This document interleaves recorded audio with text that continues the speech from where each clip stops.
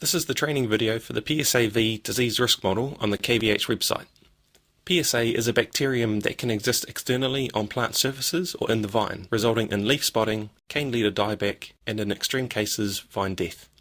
This video will guide you through how to use this tool to assess the predicted risk for spread of Psa-V infection based on climatic conditions and enable you to better plan protective spray programs and orchard work. The start date and stop date specifies the period you would like to look at. This can be the past, present, or future. Type in a date with the format day/month/year, or click on the icon to pop up a calendar to help you choose a date.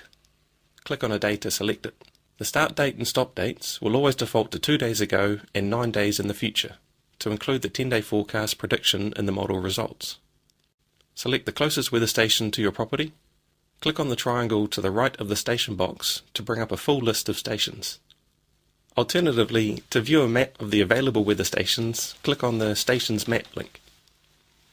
The station will always default to the one you specified when you first accessed these MetWatch tools, but you can update your default station by selecting a station, then clicking the default station link.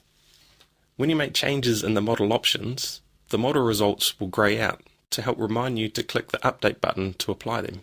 If you changed an option by mistake, click the Reset button to undo any change made since you last clicked the Update button. This will ungrey out the model results. The Psa-V disease risk model expresses how likely the weather conditions are for infection, using temperature, leaf wetness, and rainfall to calculate an R index. This R index has 4 categories of risk. Negligible risk is white from index 0 to 5. Light risk is blue from index 5 to 20. Moderate risk is yellow from index 20 to 40, and severe risk is red from index 40 and above. It is recommended that protection is in place for any risk above negligible. The model results are separated into 3 sections: event summary, weather information, and model graph. Each can be contracted and expanded by clicking on their headings. The model graph shows the calculated R index and risk category for each day. Hold your cursor over a risk event to show a summary in the tooltip. The dark vertical bands represent nighttime. The teal shaded area with forward slanting lines is displayed when forecast data has been used. The maroon shaded area with backward slanting lines is displayed when data is missing. From the graph, you can determine what the risk of favourable climatic conditions for PSA have been, what it currently is, and what it is predicted to be over the next few days.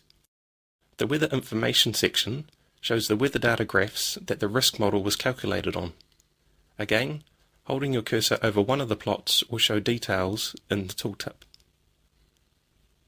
The event summary section shows a table of the daily disease risk model results, showing the rainfall, temperature, R index, event risk, and what percentage of weather data is from backup forecast or missing. Custom spray date labels can be added to the model graph. To manage these, click on the Manage Sprays link. The expected format for this text area is 1 label per line, with a date in the format of day/month/year, then a space, and the text you would like to appear in the label. The label can be anything, and not just restricted to spray applications. The checkbox controls whether these labels are shown on the graph or not. Remember to tick this box for them to appear. Click the Update button to save your changes and return to the disease model. Thanks for watching. For more information using these tools, contact info@kvh.org.nz.